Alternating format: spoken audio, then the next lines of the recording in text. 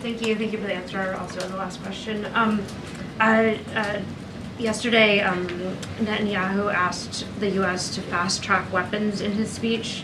I'm wondering if the president is considering lifting his pause on the 2,000-pound bombs that the Israelis have requested. No change to that policy at this time, and I would just add that that is the only shipment of the only type of weaponry that has been held up, that all the military security assistance that had been going to Israel continues to go to Israel. They are still getting the tools, the capabilities, and the weapons that they need for the fight that they're in.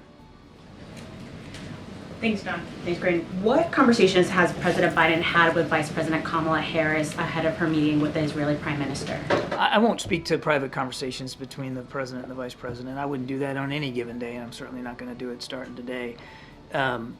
The vice president, I'm sure her team will give her a readout of how the conversation between the president and the prime minister is going right now, and that will, I'm sure, inform her conversation, but I'm not going to get more detailed than that. And just second question, what additional pressure is the president willing to exert upon Netanyahu, just given that the framework, as my colleague mentioned, was just submitted about a few weeks ago and still nothing has come of that?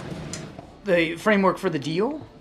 I mean, my goodness, there's, I know we're not there yet, and I get that there's more work to be done, but think about what has happened since he laid that out on the 31st of May.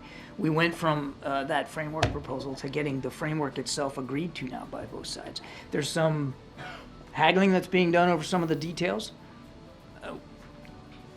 Some of that haggling has had positive result, and we have closed some gaps. There are still gaps that remain to be closed, as I said earlier, some details that need to be worked out.